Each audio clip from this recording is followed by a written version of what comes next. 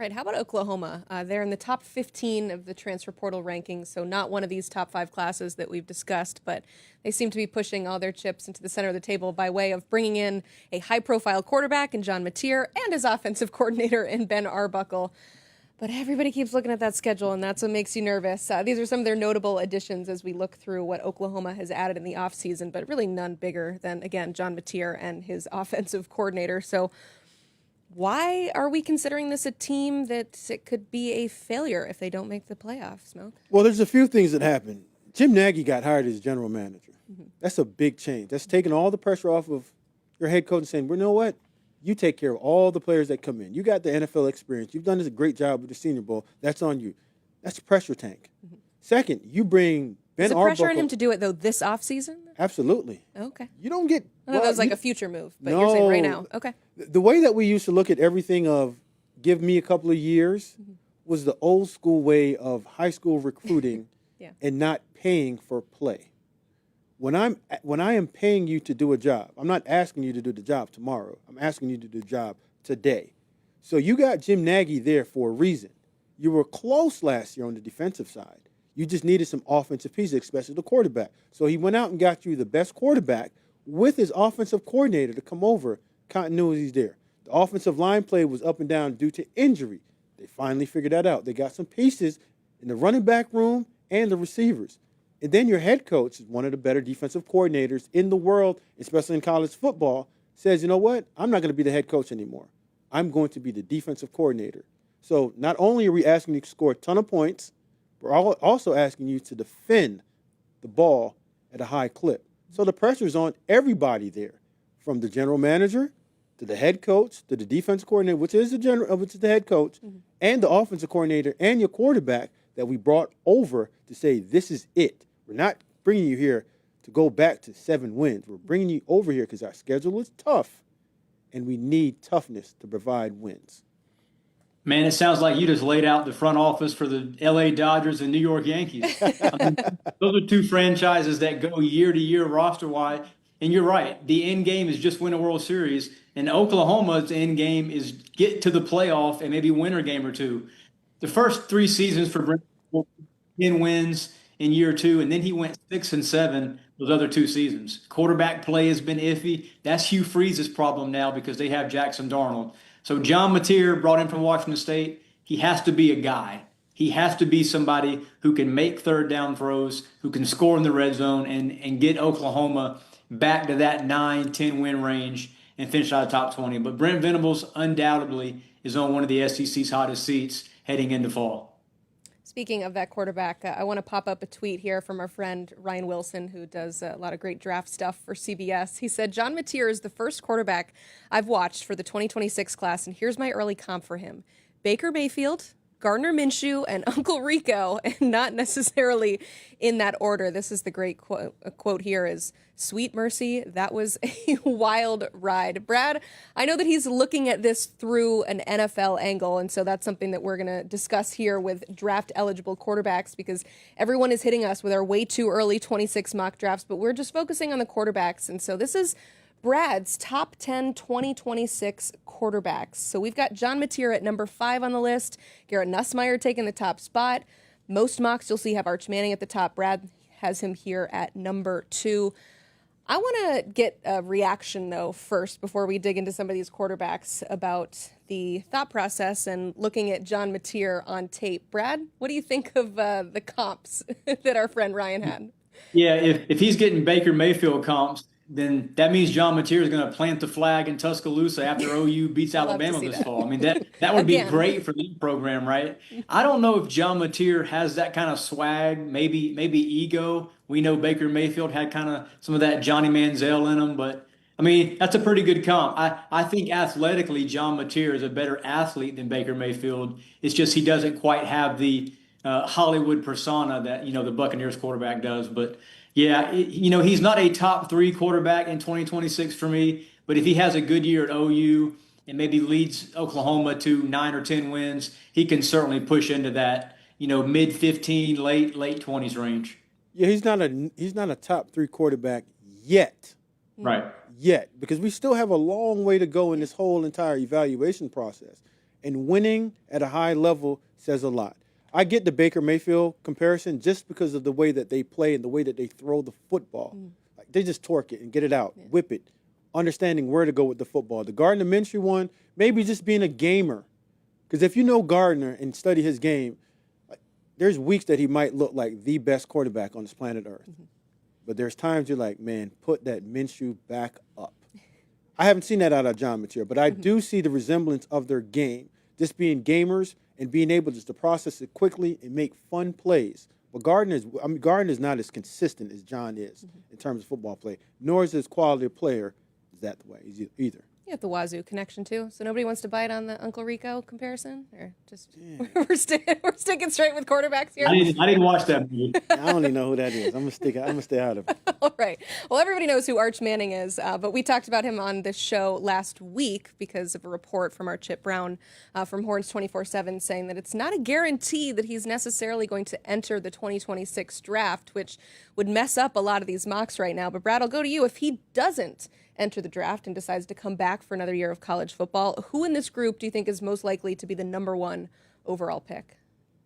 Yeah, if it ain't Arch, it's going to be Garrett Nussmeier for me. I mean, he's going to be 24 years old by the time next year's draft rolls around. Obviously, he has superb arm talent. And for me, I know what I'm getting because he's been coached by Joe Sloan, LSU's quarterbacks coach there in Baton Rouge.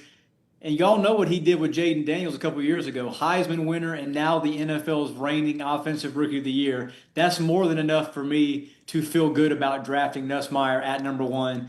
But as you guys mentioned, I mean, I was reminded by hundreds of Texas fans this week that no quarterback member of the Arch Manning family has left school early. So everybody in the 40 acres, they think Arch Manning's going to play a couple more seasons. It's simple for me. I'm going to go up north, man. I'm going to go with Drew Allar. Just because of, you just see the growth. You saw a player go from throwing in the 50s in terms of completion percentage. Now he's in the 65 percentile. You saw a guy that started out his career as a backup, but worked his way into becoming a franchise-level player. The arm talent is there. The accuracy is getting better. But I like the way that he handled adversity throughout his career and just understanding growth. In 30-plus games played at a high level in the Big Ten. He's taken snaps from underneath the quarterback. He's played in the shotgun. He's played in multiple offenses. And he understands how to win games. At the end of the day, when you're looking at quarterbacks, and we saw it go through the NFL process this year, we saw that Cam Ward was a guy that the NFL wanted. Why? Because he can handle adversity. He's been through trials and tribulations. And the one thing that people don't take a good look at is the ability to play in inclement weather. When we drafted Josh Allen, Josh was the only one out of Baker, Sam, and Josh Rosen that played in inclement weather. When you're playing in the NFL, 70% of the teams are up north. You're going to play in cold, wet, and it's not going to be ideal conditions as in the South. So I'm going to say my guy, Drew Allar, is so ready for the NFL that he almost left this year and would have been in the first round. Mm-hmm. Yeah, and that could be an indictment on this year's draft class. It sounds like there's a lot more talent overall in this one. But if you had to pick, who's maybe the riskiest of this top 10? My button-up friend, this is your favorite one, so get ready for it. I'm going to say LaNorris Sellers. And it's not because of his talent. It's just because of time on task of being a pocket quarterback. Yes, he's a great runner in terms of being dynamic. But last year he got banged up. Why? Because he wanted to get out the pocket too much. We need to see him throw over the 800 to 700 throws and make over 20 starts in order to look at him as saying he's a viable option right now to be NFL ready and walk in and be ready to go. The NFL wants older quarterbacks that's done it. Some adversity, maturity, ability to lead a team with confidence, precision as a passer, because you have to play in the NFL game from the pocket. On 3rd and 6, you can't run it all the time. You got to be able to throw it to your receivers, or else they're going to want to check out too. Mm-hmm. All right, let's see. So LaNorris Sellers, let's see. He beat Texas A&M, top 20 team last year under pressure. He led a 90-yard scoring drive to beat Missouri with no time on the clock and no timeouts. And then he went to Clemson and beat whoever we think is number one quarterback nationally, Cade Klubnik, on his home field. So LaNorris has been in pressure situations. But, Smoke, I totally agree with you. In our production meeting, we both said LaNorris Sellers is the riskiest first-round pick. But for me, it's different. It's not the talent, really. in his arm or, being able to process, but it's the players around him and the fact that his OC, Dow Loggins, is now the head coach at Appalachian State. They had a great relationship. We know LaNorris is talented, but there are first-round picks at quarterback these last few years who have had studs who were throwing to, and South Carolina just does not have that. They didn't sign a single wide receiver in the portal. They signed 4 stars in the 2025 class, but it's been a long time since a true freshman wide receiver outside of Ryan Williams at Bama last year has made that immediate impact. And the Gamecocks are going to lean on a lot of guys around LaNorris Sellers that don't have that every Saturday experience. See, the thing, Brad, when you look at quarterbacks in the NFL and you want to evaluate them, I've always evaluated guys that didn't have a ton around them. Just because if you're going in the first round, the top 10 picks, you're going to the worst teams. And they have to build. And the build usually starts with you. Like an NFL team is not considered an NFL team if you don't have a franchise quarterback. So I get what you're saying, but when you have a new coordinator, new players, it's on you to make sure that those players are up to speed right now. Whoever that coordinator that's coming in understands that whatever he throws at you, you're going to make sugar into greatness, lemon into lemonade.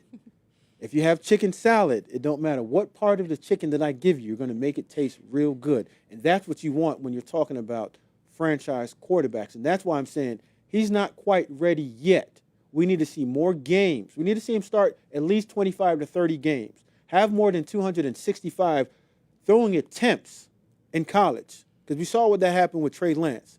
You need more throws and more need time on task in order to consider yourself game ready. Because it's not like the game is slowing down in NFL.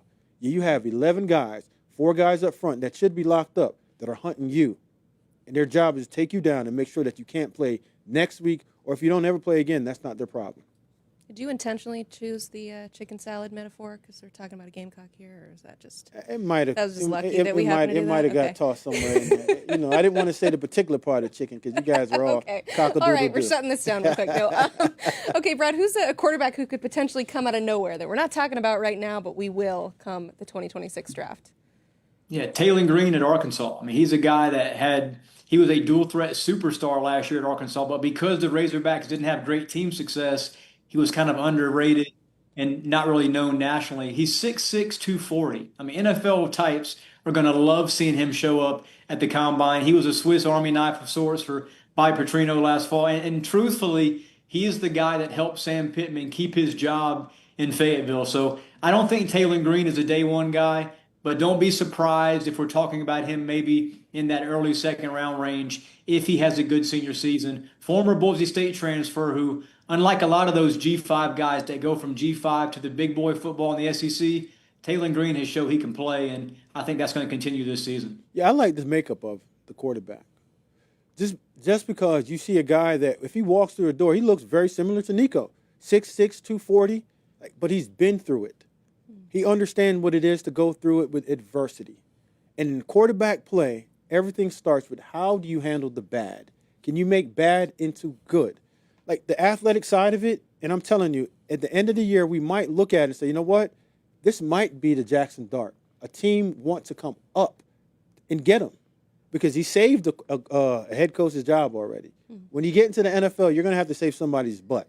Yours or the quarterback or yours or the general manager of the franchise. So he has a lot of qualities that you look for outside of the play. The play says it all as well, too, because he's done it in the SEC. And being that big, powerful arm, and he's a dynamic runner. I like that pick, man. That's about, you've been listening to me for a little bit. You haven't gone with a guy that knows how to throw the football. And he might be underrated nationally, but NFL types I've spoken to this offseason know who Taylen Green is. They're going to be watching that Arkansas film this fall. I love it. Who's your pick? Who's Rocco coming out of Becht. nowhere? Rocco Becht. Okay. Iowa State. Small and quick story. Back in 2019, his father was working with the San Diego, I forget their name, the AAF. So I go out there working for the Buffalo Bills, and we're just looking at players. So he's out there throwing it, ripping it. I'm like, man, who's that guy? I need to sign him up and let everybody in the building know. They were like, no. He's just in high school. So he's been doing it at a high level for this long. But again, when you want an NFL quarterback, you want proven commodity, proven production. He's done it. Good teams, bad teams. He's made his team relevant. He got 2 receivers drafted this year. So he got good pedigree because his dad's Anthony Becht, head coach for the St. Louis Battlehawks in the UFL, and he understands how to play the game from the shoulder up in terms of being a processor, takes care of the ball, and he's a good teammate, wonderful leader because he's been taught how to do that. You don't hear much from him, but his play is louder than what he is on social media. I'll give you one extra note, too, on Rocco Becht. Chase Soul, the East Carolina receiver they signed this spring, he's a breakout star nationally. ECU coaches, they hated losing him. He was going to be wide receiver 1 probably in the American. Look for him, Smoke, to have a 70-catch, 1,200-yard season. I love it. This is what we do on April 30th is we're going to clip that, we're going to wait around, and we're going to see him succeed this fall, and we're going to use it. If you want to read more about some of these top quarterbacks that Brad discussed, you can check out his full article on 247sports.com. There were 10 guys listed there, so obviously we did not hit on all of them, like, I don't know, Nico's draft outlook now that he's in a new spot. Maybe last year's way too early projected number 1 quarterback, Carson Beck. Where is he now on this list? Check it out at 247sports.com.